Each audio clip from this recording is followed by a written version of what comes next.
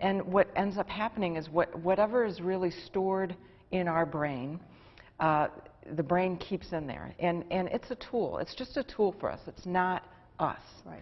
And so anytime the brain becomes aware of anything that's different than what it expects or what it has been taught to believe or what it has stored in there from the past, then it actually reacts in just the same way as if we were in physical danger. Okay. So we hear a noise at night, and what happens is our brain goes into fight, flight, or freeze. And so that portion of the brain works great. I mean, it's very fast, Right. very efficient, and that's all I want if I'm in physical danger. Those are the only three choices I want. I don't want to stop and be thinking, oh, what's the vision and exactly. what's my and purpose? It's working for me. I don't want to think that. I want to be able to get out of there quickly. What people don't realize is that when anything happens that's different than what they expect during the day, their brain reacts as if it was in physical danger. Yeah. So what's happening for us is that we are in my experience, most people are living their entire day in fight, flight, or freeze. Wow. And don't even know it. So when they're having thoughts of worry or thoughts of anger or frustration or anxiety or overwhelm or depression, procrastination, any of those kinds of thoughts are actually fight, flight, or freeze thoughts. Okay.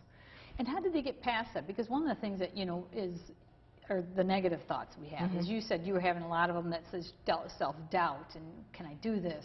And people have those all the time, maybe not that, but always seem negative thoughts where they don't think as highly of themselves. Or how do people get past that? Because it's one thing to say, well, put those negative thoughts out of your head, out of your mind, or think positive. You hear that, but how do you really do that? How do you really get the negativism out of your thoughts and out of your day?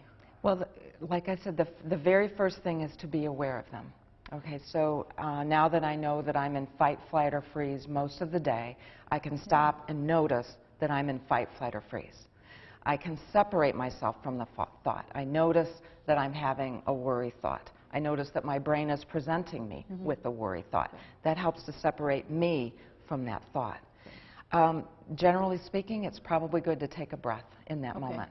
So we hear about taking a breath, and that always works great.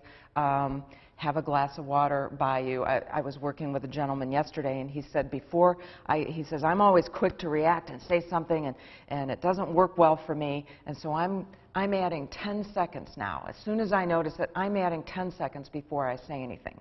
Well, you know that 10 seconds is a long time. and so, however, it is a good amount of time. Maybe stops him from saying something he shouldn't, and maybe gives him enough time to let another thought come into his mind. So I suggested to him to always have water with him. And so then in that 10 seconds, he can be taking a sip of water. That gives him the space. And, he gets hydrated, and at the same time, he's taking his breath and really focusing on what it is that he chooses to think. We take a breath, and if we're in a highly stressed situation, then it's good for the breath to focus on the exhale. Many of us focus on the inhale, and it actually contributes to the stress. So if we focus on the exhale, it helps to get that out.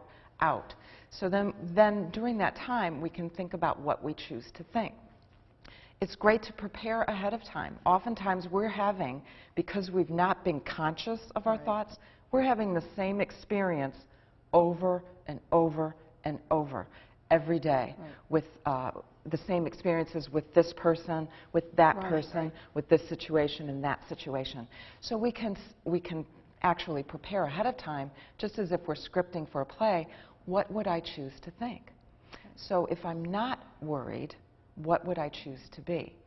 Now, many people, when they're trying to think about, well, how can I change my thoughts and not think about my negative thoughts, they think about what they don't want.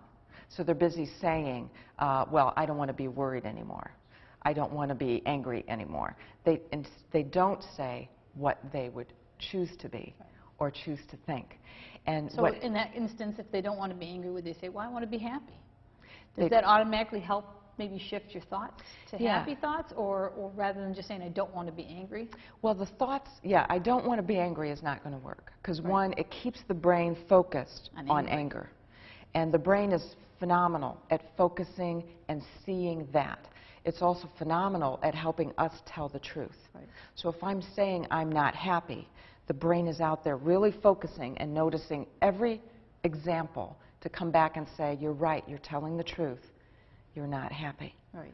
So we want the brain to be looking for those types of things that help us be happy. So the kinds of thoughts that work for us are the kinds of thoughts that bring us peace, the kinds of thoughts that inspire us. And the thoughts that bring us peace and inspire us are thoughts of peace, thoughts of happiness, thoughts of gratitude, thankfulness, thoughts of vision, purpose, wonder, possibility. Those are the kinds of thoughts that actually work for us.